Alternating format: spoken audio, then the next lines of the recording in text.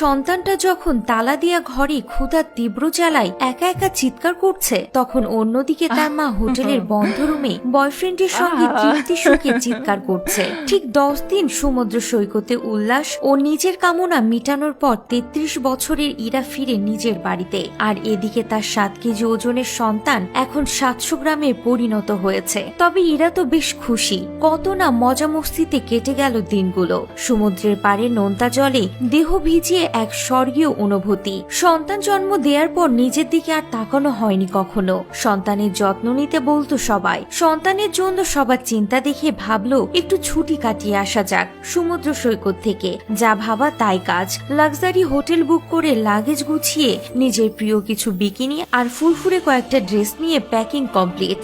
সঙ্গে নিল তার পছন্দের আইপ্যাড, দামি ঘড়ি ও পারফিউম। যাবার আগে কিছু ড্রাই ফ্রুটসও নিতে ভোলেননি। বেরোনোর 5 মিনিট আগে সবকিছু যেন আরো একবার চেক করলো। সে কিছু ভুলে যায়নি তো? না, কিছুই ভোলেননি। বেরোবার 1 সেকেন্ড আগে 16 মাসের সন্তানের ড্রাই প্যাডটা দেখে নিল, সেটা বেশ পরিপূর্ণ।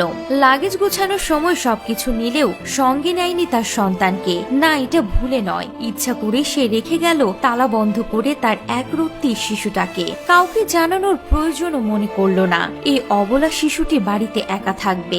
যাই হোক, 10 দিন পর সে বাড়ি ফিরল। এই 10 দিনে সন্তান অনেকবার চেষ্টা করেছে নিজের প্রস্রাব খেয়ে অন্তত বেঁচে থাকার জন্য। যতই হোক, টানা 10 দিন একটা শিশু না খেয়ে বেঁচে কি থাকতে পারে? আপনারাই বলুন। তার মায়ের উল্লাসের কারণে এই শিশুটির শেষ পরিণতি হয়েছে ডাইপ্যাডে চোখ উল্টে সারা জীবনের জন্য ঘুম। ইরা ইমার্জেন্সিতে ফোন করার আগেই পুলিশ চলে আসে। তাকে জেরা করলে সে জানায় বাচ্চার অতিরিক্ত জ্বালাতনে অতিষ্ঠ হয়ে সে ঘরে রেখে গেছে। এতে তার কিছু করার নেই। এতে বাচ্চারই সব দোষ, কেন সে জ্বালাতন করত।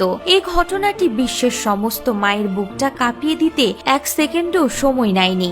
ভাবতে পারছেন এতটা নির্মম একজন মানুষ কিভাবে হতে পারে? জানি না ইরার মতো মানুষ পৃথিবীতে আছে কিনা, তবে এই বাচ্চার মৃত্যুর আগের ঘটনাগুলো কল্পনা করলেই দম বন্ধ লাগছে। কতটা নিষ্ঠুর একজন মায়ের মন হলে এমনটা করতে পারে।